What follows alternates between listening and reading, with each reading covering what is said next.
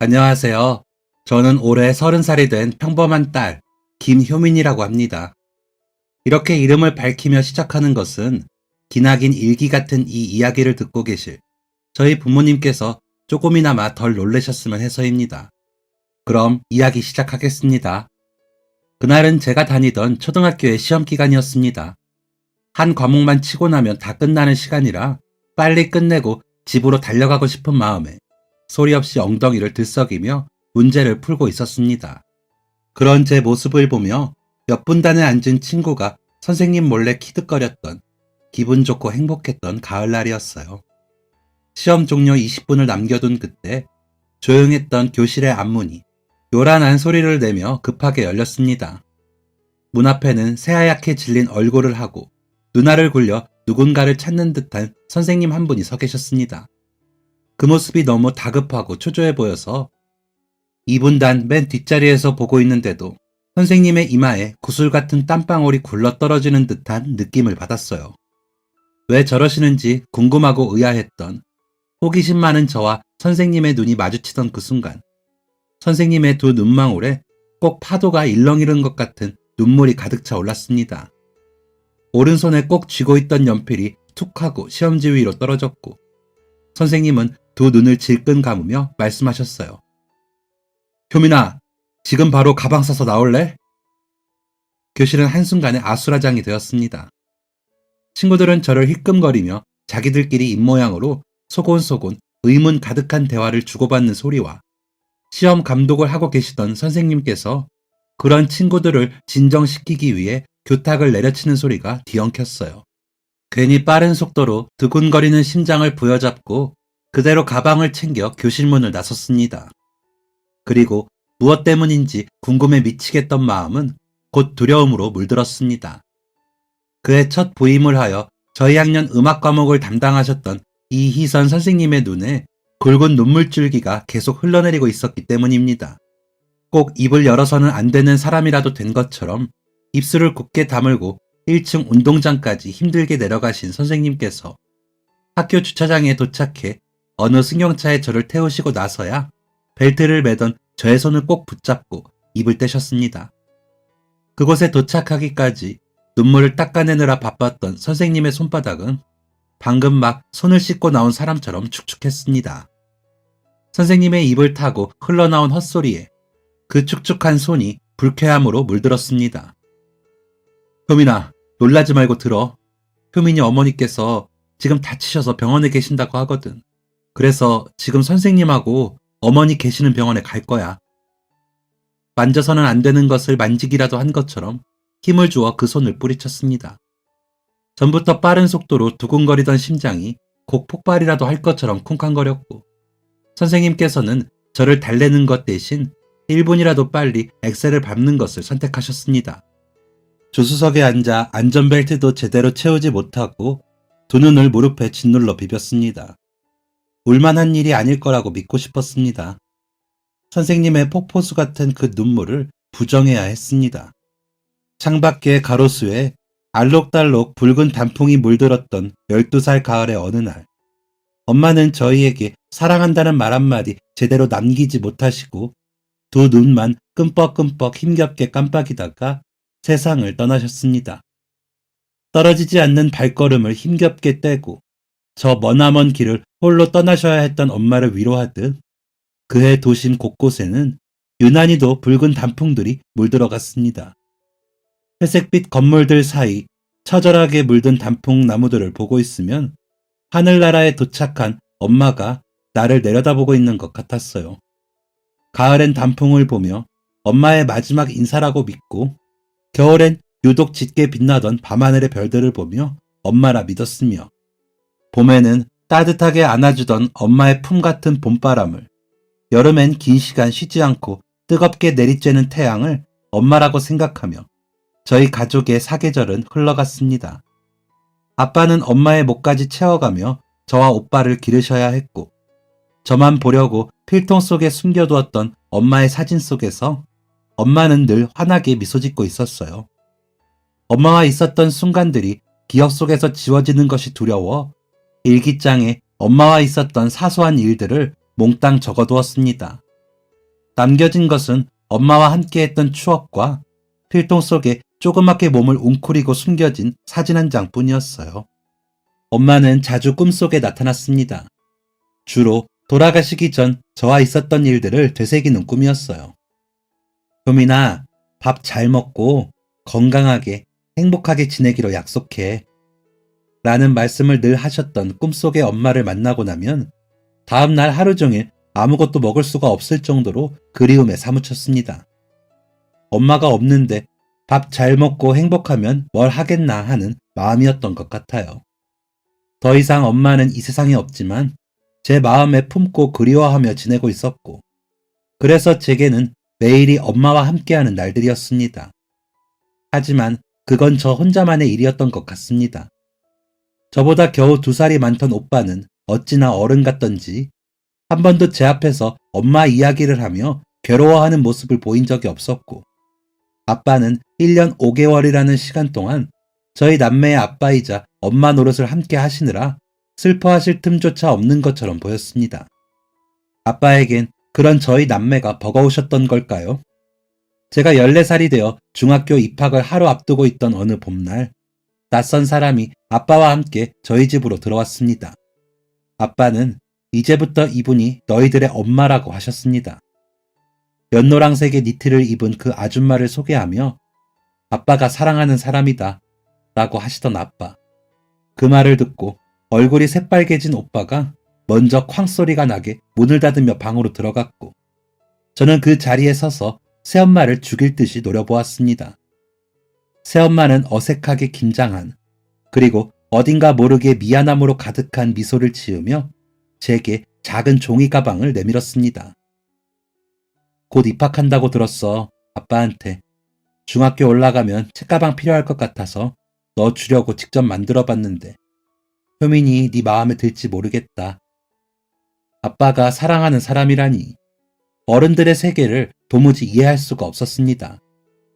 아빠가 사랑하는 여자는 세상에 저희 엄마 오직 한 분뿐일 거라고 믿었습니다.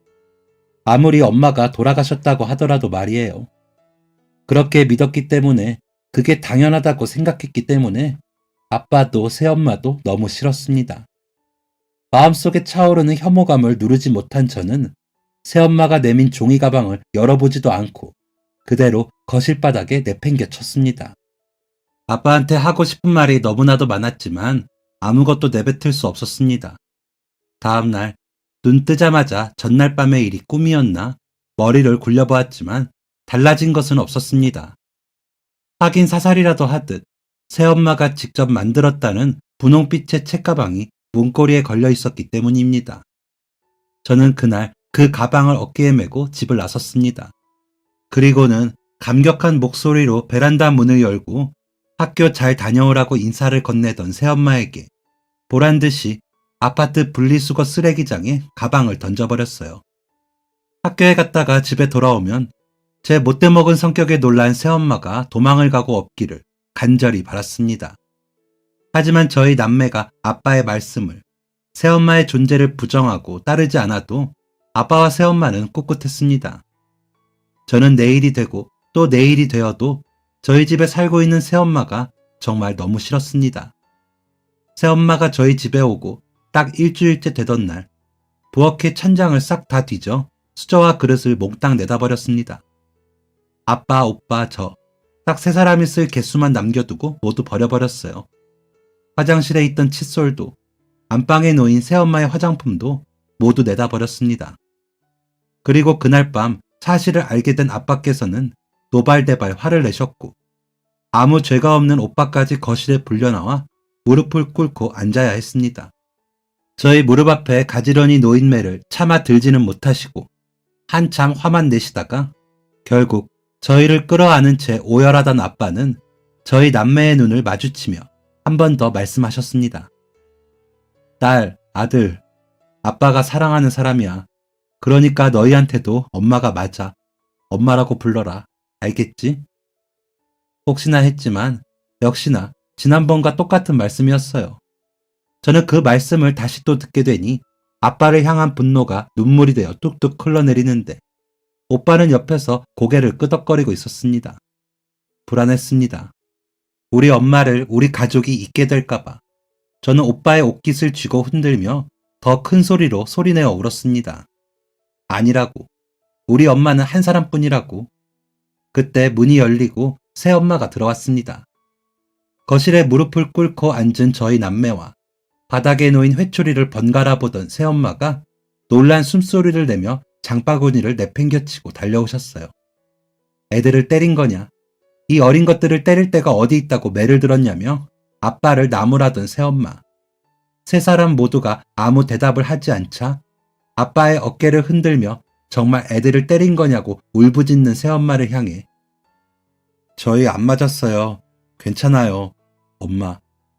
라고 어색한 목소리로 오빠가 말했습니다. 놀란 듯 굳어버린 새엄마와 어금니를 꽉 깨물고 고개를 숙여버린 오빠를 뒤로 한 채 집을 뛰쳐나갔습니다. 오빠가 왜 엄마라는 소리를 한 건지 도무지 이해할 수가 없었어요. 저는 끝까지 부르고 싶지 않았습니다. 부를 수 없었습니다. 저 낯선 여자를 제 입으로 엄마라고 부르는 순간 제가 사랑하는 그리고 저를 사랑하는 저의 진짜 엄마, 하늘나라에서 항상 우리 가족을 지켜주던 우리 엄마가 영영 저희 곁을 떠나버릴 것 같았어요. 한 번도 회초리를 꺼내어 보이신 적 없던 아빠가 회초리를 꺼내 드셔서 함께 엄마의 자리를 지킬 것 같았던 오빠가 새엄마를 향해 엄마라고 불러버려서 제 가슴엔 더 큰 미움과 원망의 불씨가 타오르기 시작했습니다. 그렇게 집을 뛰쳐나갔지만 저라고 마땅히 갈 곳이 있는 건 아니었고 결국 밤 늦게까지 근처 공원을 배회하다 오빠의 손에 끌려 집으로 돌아가게 되었습니다. 조용히 불이 꺼진 집, 방 안에 가지런히 놓여있던 새 옷가지들, 일부러 새엄마 보라고 휴지통에 옷가지들을 쑤셔놓고 자리에 앉아 기도했습니다. 내일 눈 뜨면 모든 것이 꾸미게 해달라고. 새엄마 그만 미워할 테니 내일 눈 뜨면 우리 엄마 다시 돌려달라고 빌고 또 빌었습니다. 그때는 몰랐습니다. 제가 가출 아닌 가출을 하고 집을 뛰쳐나간 그 반나절 동안 제 필통 속에 있던 엄마의 사진이 없어졌다는 것을 말입니다. 주말이 지나고 월요일이 되고 나서야 뒤늦게 알게 되었어요. 어디 실수로 흘리기라도 한 걸까봐 교실 구석구석, 방 안 구석구석을 몇 날 며칠 동안 전부 다 뒤져보았지만 흔적도 찾을 수가 없었어요. 일주일에 걸쳐 사진을 찾다 지친 저는 버리고 또 버리는데도 자꾸 제 방에 새로이 놓여있는 새엄마가 지은 옷가지들을 보며 생각했습니다.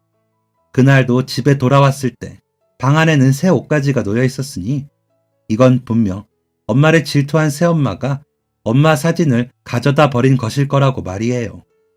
생각이 거기까지 미치니 행동으로 움직이지 않을 수 없었습니다.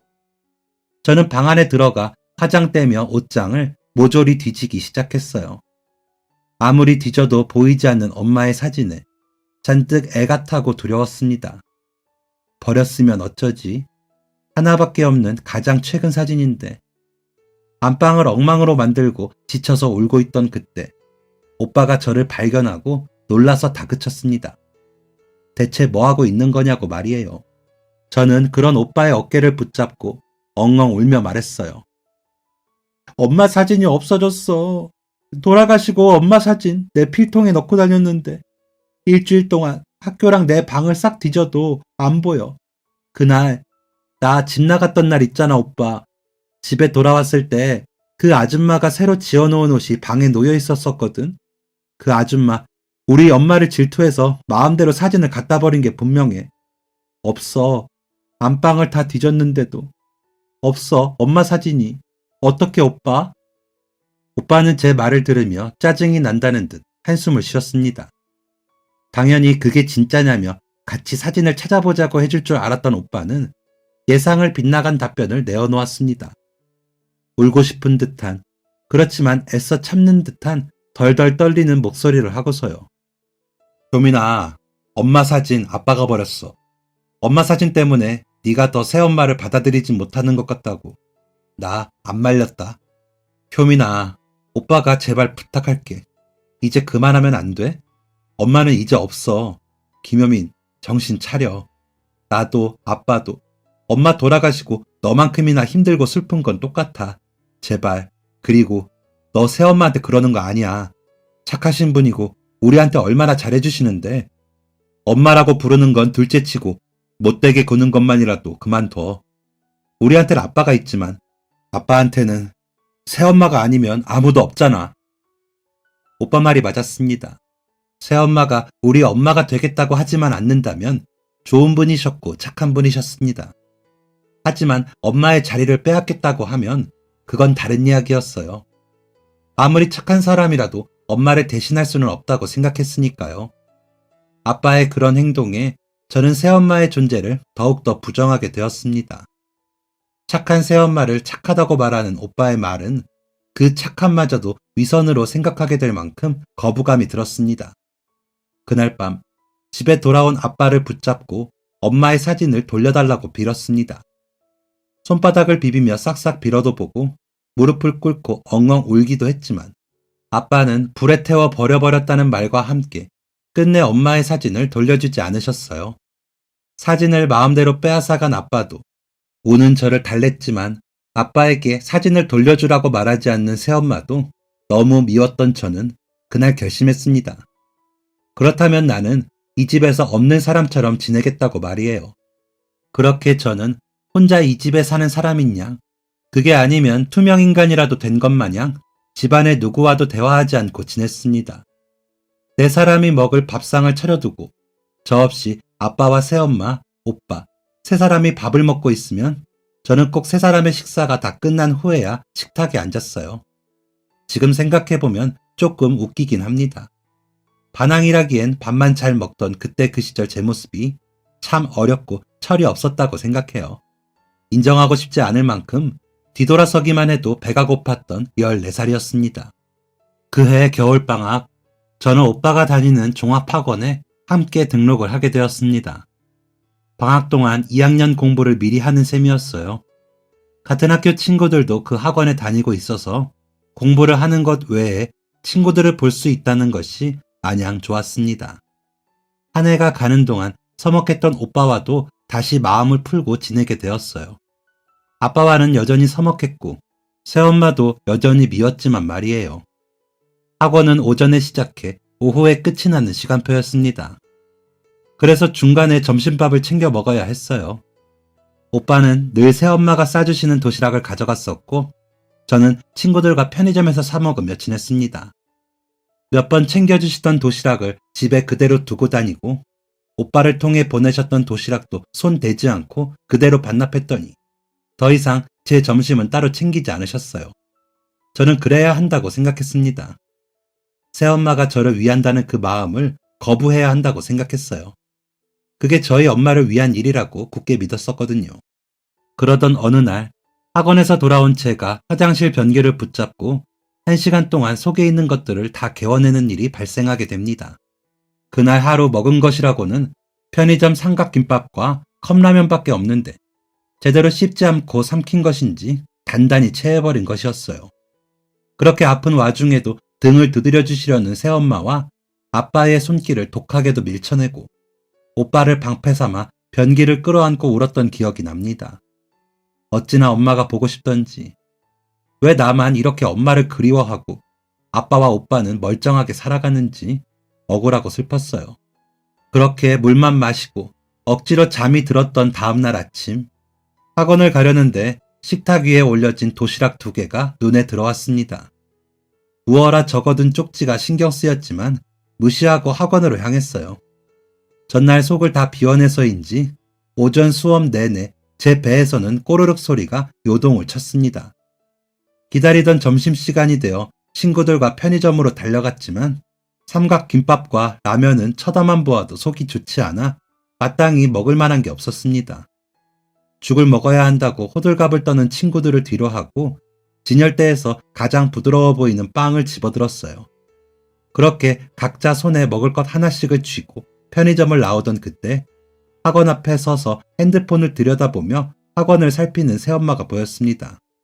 손에는 아침에 제가 그대로 두고 나왔던 도시락 가방이 들려 있었어요. 얘들아, 우리 그냥 편의점 안에서 먹고 갈래? 친구들을 돌려 세우려 급하게 말을 내뱉고 뒤를 돌던 그 순간 새엄마가 편의점 앞에 저를 발견하고 제 이름을 불렀습니다. 누구냐는 듯한 눈빛을 한 친구들을 먼저 들어가 있으라고 편의점 안으로 들여보내고 잔뜩 걱정이 어린 얼굴의 새엄마와 마주보고 서서 일방적인 대화를 나누었습니다. 새엄마는 도시락 가방을 억지로 제 손가락에 걸어주며 말씀하셨어요. 효민아, 아직 속 다 낫지도 않았는데 빵 같은 거 먹지 말고 이거 먹어. 죽이야.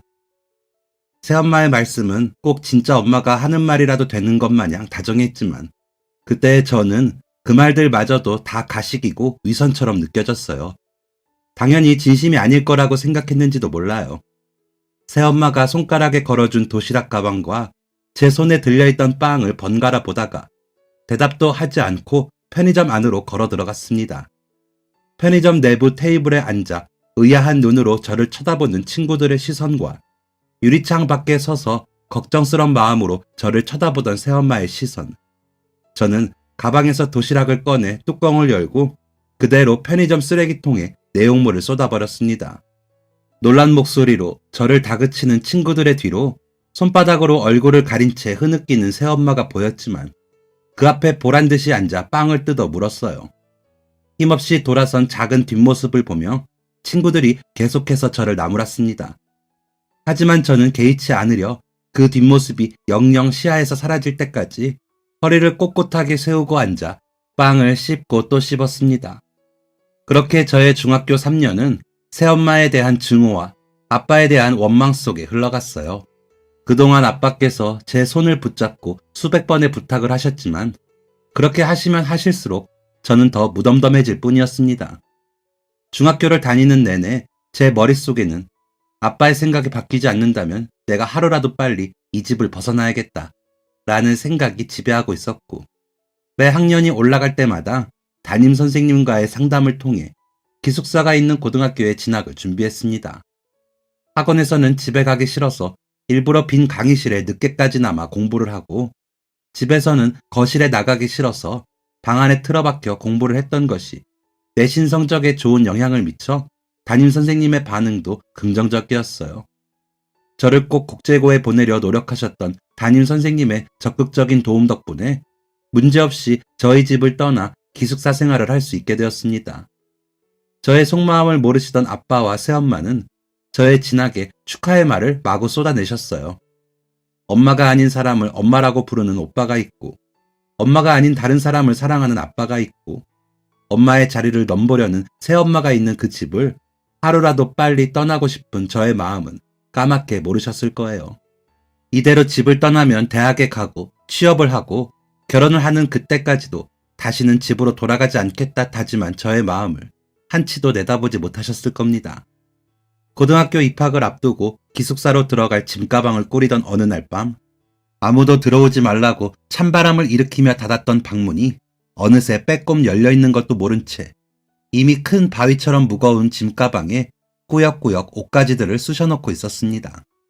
다시 돌아오지 않을 거니까 최대한 많은 것들을 챙겨가야 한다고 생각했던 거예요.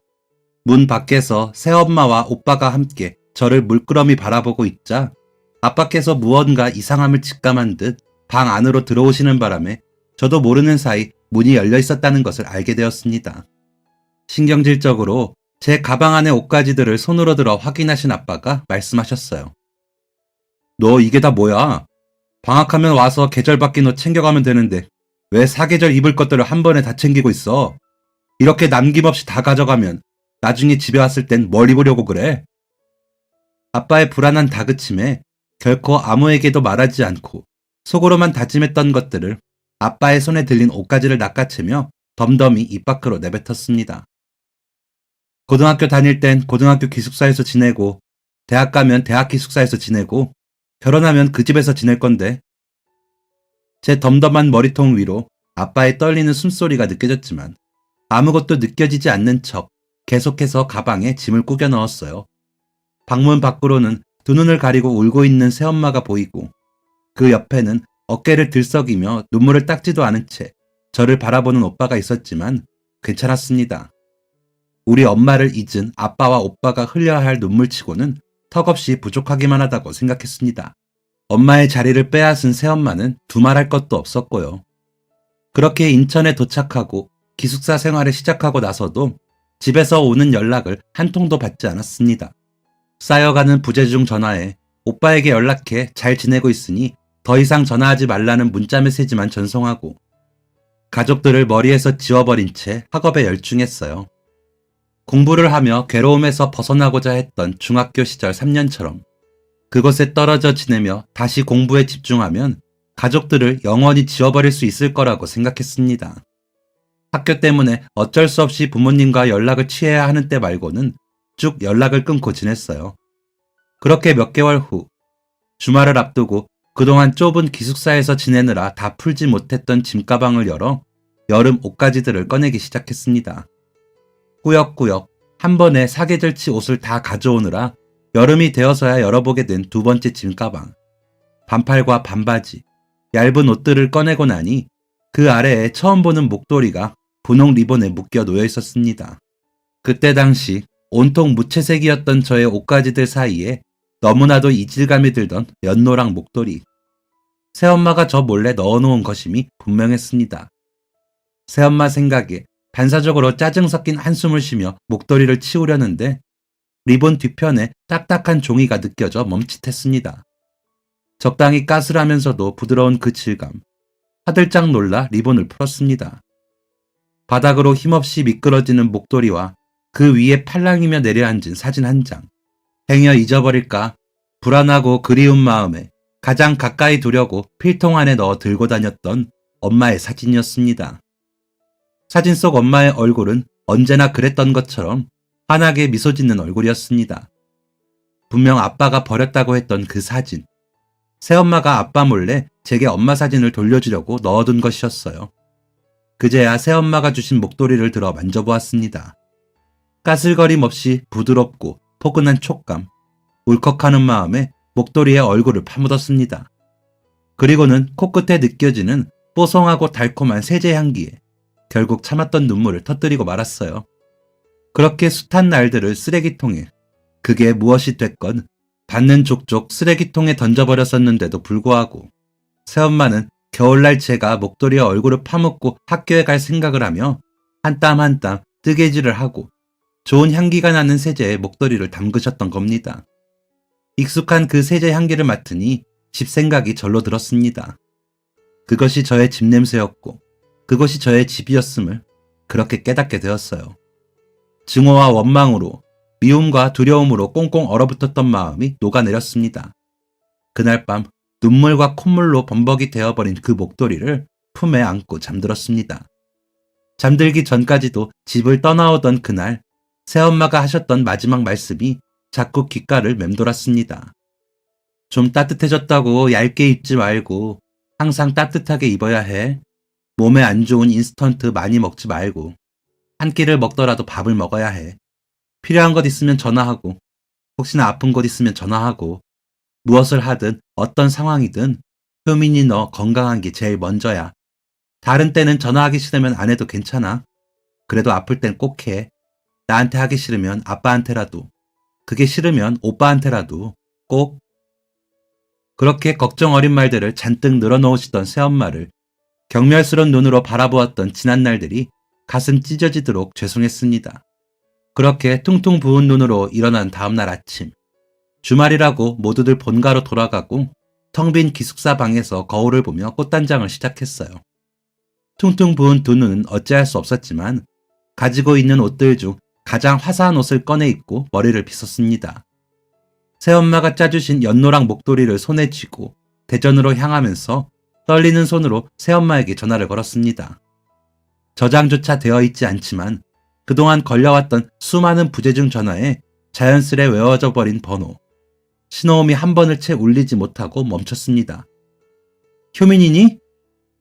믿을 수 없다는 듯 반가움과 여러 감정이 섞인 새엄마의 한마디. 전날 밤 그렇게 엉엉 울어놓고도 모자랐는지 자꾸만 목구멍을 타고 터져 나오려는 울음을 꾹 삼켰어요. 울고 싶어서 덜덜 떨어내느라 염소 같은 목소리를 하고서 어렵게 입을 열었습니다. 집에 가요. 엄마의 사진을 돌려주셔서 감사하다고, 저를 위해 목도리를 짜주신 것도 감사하다고, 목구멍으로 올라오지 못하고 가슴께를 맴돌기만 하는 말들은 꺼내보지도 못한 채 집에 간다는 말만 간신히 내뱉었습니다. 새엄마는 저의 짧은 말에 잠깐 멈칫하시더니 일일이 더 묻지 않으시고 조심해서 오라는 말씀만 하셨습니다. 기차역에 내리고 나서 집으로 가는 버스에 올라 새엄마가 주신 목도리를 목에 둘러보았습니다. 여름이 시작되는 6월에 반팔을 입고 뜬금없이 목도리를 하고 앉아있으니 사람들이 흘끔흘끔 겼는지를 했지만 언제 눈물과 콧물로 범벅이 되었었냐는 듯이 뽀송하게 마른 목도리가 기분이 좋았어요. 그리고 집 앞 버스 정류장에 다다라 버스 뒷문에 서서 두르고 있는 목도리를 풀려는 그때 정류장 앞에 나와 저를 기다리고 있던 새엄마와 눈이 마주치고 말았습니다. 목도리를 풀다 말고 어색하게 굳어버린 손목과 타이밍에 맞춰 활짝 열리는 버스 문. 새엄마는 굳어있는 저를 보시고도 당황하시는 기색 없이 활짝 웃어 보이셨어요. 한 걸음씩 어색하게 다가가 이 다음에 어떤 행동, 어떤 말을 해야 할지 몰라 머쓱하게 서있던 저를 두 팔을 벌려 꼭 안아주시던 새엄마. 새엄마의 품에서는 은은하게 저희 집 냄새가 풍겼습니다. 그렇게 연락 한 통 없다가 벼랑간 불쑥 나타난 저를 따뜻하게 한번 안아주신 새엄마는 웃음이 나는 걸 참을 수가 없다는 듯 소리내어 웃다가 입을 가리며 물으셨어요. 대체 이 여름에 그 목도리는 왜 두른 거야? 지금 반팔 반바지에 목도리를 두른 효민이 네 모습이 얼마나 웃긴지 알고 있어? 결국 한마디도 솔직하게 말씀드리지 못하고 어색하게 땅만 쳐다봤던 저였지만 새엄마는 그런 제가 어디가 그렇게 재미있으셨는지 함께 나란히 집으로 걸어가는 내내 몇 초의 간격을 두고 웃음을 터뜨리셨습니다. 밤새 울었던 탓인지 저를 보며 눈물을 훔치는 아빠를 보고도 울지 않을 수 있었습니다. 몇 개월 되지는 않았지만 제가 떠나기 전과 하나도 달라진 것 없이 그대로였던 저희 집과 제 방은 그동안 제가 얼마나 나쁜 딸이었는지를 깨닫게 해주었어요. 정말로 오랜만에 가족들과 식탁에 모여 앉아 식사를 하고 새엄마와 아빠의 어색하고 기분 좋은 수다를 들어드리며 편안한 시간을 보냈습니다. 겨우 3개월 떨어져 지냈다고 집으로 돌아온 기분이 그렇게까지 편안하고 따스하게 느껴질 줄은 꿈에도 몰랐습니다. 그저 철없이 멀리로 떠나버려서 다시는 안 보겠다고 다짐했던 3개월 전에 제가 창피했어요. 낯설면서도 어딘가 익숙한 가족들과의 시간이 끝이 나고 잠자리에 들기 전 제 방에 있는 옷장을 열어보고 저는 다시 한번 눈물을 흘릴 수밖에 없었습니다. 누가 들을까 소리 한번 내지 못하고 입을 틀어막은 채 눈물을 흘리고 있는 제 눈앞에는 색색이 가지런히 정리된 새 옷가지들이 놓여 있었습니다. 그 알록달록한 색감과 부드러운 촉감으로 알 수 있었던 것은 그것은 분명 그동안 새엄마가 직접 손으로 만들어주셨던 제가 몇 번이고 쓰레기통에 집어던져버렸던 그 옷들이라는 것이었습니다. 새엄마는 대체 어떤 마음으로 이 많은 옷들을 계속 모아오셨던 걸까? 그리고 제가 떠난 뒤에야 제 옷장에 이 옷들을 채워 넣어야 했던 그 마음은 또 어떤 마음이셨을까? 자꾸 흐르는 눈물을 손으로 훔쳐 입고 있던 바지에 쓱 닦아내고 씩씩하게 옷걸이를 뒤졌습니다. 그중 가장 마음에 드는 옷을 꺼내어 이부자리 머리맡에 가지런히 놓아두고 잠자리에 들었어요. 그리고 다음날 다시 인천으로 떠나는 저의 몸을 감싸고 있는 것은 흔하디 흔한 보세 천쪼가리가 아니라 새엄마께서 직접 손으로 지어주신 세상에 단 한 벌뿐인 새 옷이었습니다. 이만 가보겠다고 인사를 드리는 저를 몇 번이고 붙잡아 옷 매무새를 살펴주시던 새엄마의 두 눈에는 소리 없이 잔잔하게 반짝이는 강가의 윤슬처럼 반짝이는 눈물이 고여 있었습니다. 다음 주에 또 와도 돼요? 그 눈을 보고 있으니 우어라 아무 말이라도 꼭 해야 할 것 같아서 생각해낸 말이 고작 다음 주에 또 와도 되느냐는 질문이었습니다. 계속 옷자락을 만지기만 하시던 새엄마가 제 질문에 두 눈에 고여있던 눈물을 싹 지우고 큰 소리로 대답해 주셨어요. 당연히 되지. 여기가 효민이 너 우리 집인데. 그 대답에 힘을 얻고 떨어지지 않는 발걸음을 돌려 버스에 올라탔습니다. 떨어지지 않는 발걸음이라니 황당했어요. 집을 떠나 기숙사로 향할 때만 해도 제게 이런 날이 오게 될 거라고는 상상도 하지 못했었는데 말입니다. 하지만 그 황당함 속에서도 자꾸만 새어나오는 웃음은 어쩔 도리가 없었습니다. 마음속에 엉켜있던 응어리가 완전히 풀어진 것 같은 홀가분하고 편안한 기분이 온몸을 감쌌습니다.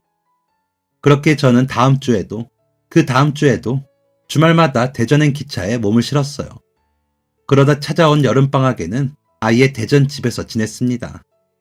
한번 못되게 굴었던 마음이 벽을 허물었다고 해서 얼굴에 철판을 깐 사람처럼 뻔뻔하고 살갑게는 잘 되지 않았지만 그런 저를 다 안다는 듯 먼저 말을 걸어주시고 이것저것 함께하려고 해주시는 새엄마의 포용력 덕분에 저희 두 사람의 사이는 제법 가까워지게 되었습니다. 그렇게 천천히 가까워진 저희의 시간은 빠르게 흘러가 어느덧 저는 대학생이 되었습니다. 학교를 서울로 가면서 또다시 집에서 떨어져 지내야 했지만 주말마다 기차에 몸을 싣고 대전으로 가는 것은 습관처럼 몸에 배어 피곤하지도 않았어요. 방학에는 꼭 서울에 있어야 하는 날들을 제외하고는 대전집에 말뚝을 받고 지내며 가족들과의 소소한 추억들을 계속해서 쌓아갔습니다. 마지막 종강을 하고 졸업을 앞두고 있던 어느 겨울날 아침, 늦잠을 자고 일어나 물을 마시러 부엌에 나갔다가 테이블 위에 재봉틀을 얹어두고 무언가에 몰두한 새엄마를 보게 되었어요. 둥그렇고 못생긴 안경을 쓰고 머리를 질끈 묶은 새엄마의 모습은 몇 년 동안 처음 보는 낯선 모습이었습니다. 잠에서 덜 깨 부스스한 얼굴을 하고 쭈뼛쭈뼛 새엄마 곁으로 다가가 앉았더니 코까지 내려앉은 안경을 고쳤으며 잘 잤느냐 물어오셨어요. 저는 고개를 두어 번 끄덕이고 재봉틀 위에 펼쳐진 정체 모를 천조가리들을 이리저리 구경했습니다. 새엄마는 그런 저의 머리를 쓰다듬으며 쓰고 있던 안경을 벗어 재봉틀 위에 올려두셨어요. 안경을 눈앞에 가져다 대니 배 멀미를 하는 것처럼 세상이 울렁거렸습니다. 제가 이상한 표정을 짓자 작게 웃으며 안경을 다시 고쳐 쓰시던 새엄마의 모습에 괜스레 가슴이 두근거렸어요. 도수 높은 안경에 맨 얼굴이 보일 때보다 훨씬 작아진 눈을 하고 재봉틀에 집중하시던 그 모습이 왜 그렇게 멋있어 보였는지 모르겠습니다. 저는 새엄마를 보다 말고 제 몸에 걸쳐진 티셔츠를 매만졌습니다. 그러다 문득 새엄마는 왜 자꾸 옷을 짓는지 궁금해졌습니다.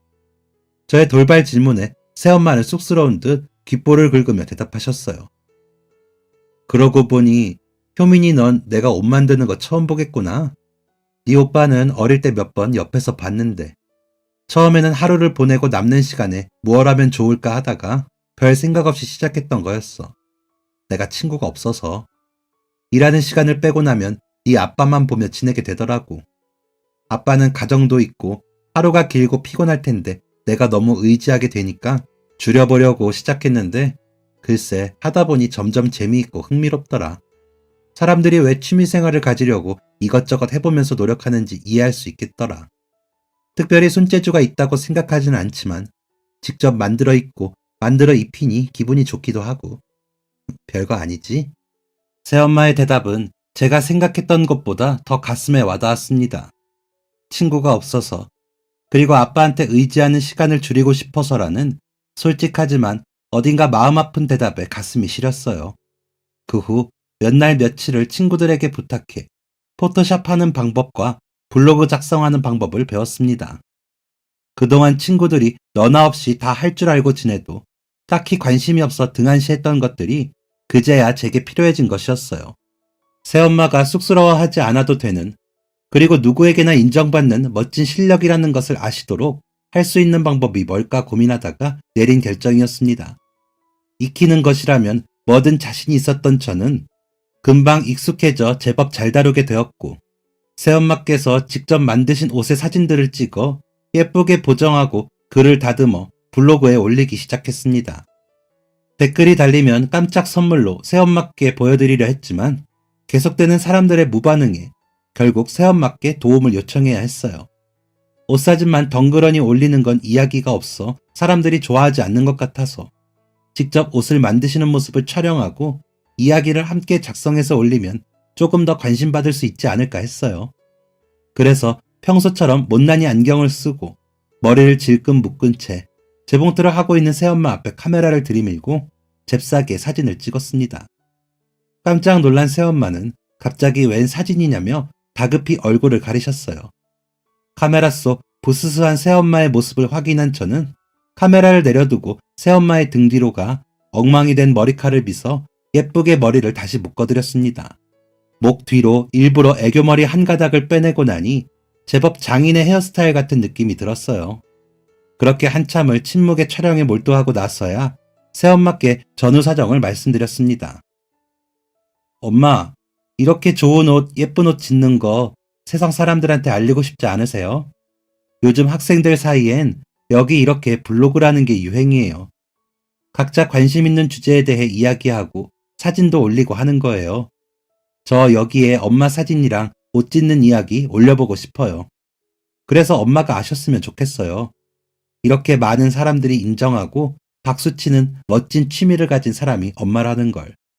그런데 저의 설명을 듣는 새엄마의 표정이 울그락불그락 변하더니 닭똥 같은 눈물이 그렁그렁 맺히기 시작했습니다. 당황한 저는 티슈를 뽑아 새엄마의 눈가를 꾹 눌러드렸어요. 그때까지만 해도 제가 무언가 말실수를 한 것임이 틀림없다고 생각하며 그 실수가 무엇인지 몰라 당황하고만 있었습니다. 하지만 새엄마의 입에서 나온 말은 저조차도 말을 하면서 인지하지 못했던 놀라운 이야기였습니다. 너 지금 나한테 엄마라고 그랬어. 그것도 4번씩이나. 어느새 제 마음속에 쌓여있던 벽들이 완전히 허물어져 자연스레 새엄마를 엄마라고 받아들이고 있었던 것이었습니다. 짐짓 아무렇지 않은 척 엄마를 엄마라고 부르지 뭐라고 부르겠냐며 말을 돌려댄 저였지만 속으로 놀라지 않았던 것은 아니었습니다. 그리고 그 변화가 그저 기쁘고 반가웠습니다. 새엄마를 엄마로 받아들이는 순간 하늘나라에 먼저 가신 엄마를 완전히 잊게 되는 것이라고 생각했었는데 그건 잘못된 생각이었어요. 오히려 지금처럼 새엄마를 엄마로 받아들이고 나서가 더욱더 편안히 온전히 엄마를 기억하고 마음 한편에 고이 품을 수 있다는 것을 그때는 몰랐었습니다. 그렇게 새엄마를 엄마로 마음에 받아들이고 엄마의 행복한 여가 생활을 위해 정성껏 촬영하고 어설픈 머리를 맞대어 함께 사진을 편집을 했던 노력들이 결실을 맺었습니다. 한두 명 모였던 블로그 이웃들이 새로 개설한 유튜브 채널에도 찾아와 구독 버튼을 눌러주셨고 댓글을 읽으며 행복해하는 엄마를 보고 있으면 그저 행복했어요. 하나둘 모인 구독자들이 늘어나 제법 유명세를 타고 요청과 문의가 쇄도하여 시범삼아 온라인 강의를 시작하셨다가 코로나가 끝난 요즘은 조금씩 오프라인 강의를 열기도 하십니다. 직장 생활을 하느라 바쁜 딸을 대신해 이제 혼자서도 척척 촬영과 편집까지 잘하십니다. 새엄마를 엄마로 인정하게 된 것도 바느질, 뜨개질 같은 조그마한 취미에서 남을 가르치는 강사가 되기까지도 짧은 시간이 아니라 오래도록 천천히 많은 시간이 필요했습니다. 사랑하는 남자의 자녀들에게 기꺼이 엄마가 되어주기 위해서, 그런 간절한 마음을 전하기 위해 손수 옷을 지어주기 위해서 작은 틈새 시간도 멈추지 않고 노력했던 엄마에게 이제는 꽃길만 펼쳐지길 이 딸은 바랍니다. 엄마의 꾸준하고 정성스러웠던 지난날의 수많은 노력들처럼 저도 꾸준히 정성껏 노력한 사랑한다는 말을 엄마께 전하고 싶습니다. 오늘 그 말을 꼭 전할 거예요. 응원해주세요. 감사합니다. 지금까지 사연 들어주셔서 감사합니다. 사연이 재밌으셨다면 구독과 좋아요를 눌러주세요. 감사합니다. 안녕히 계세요.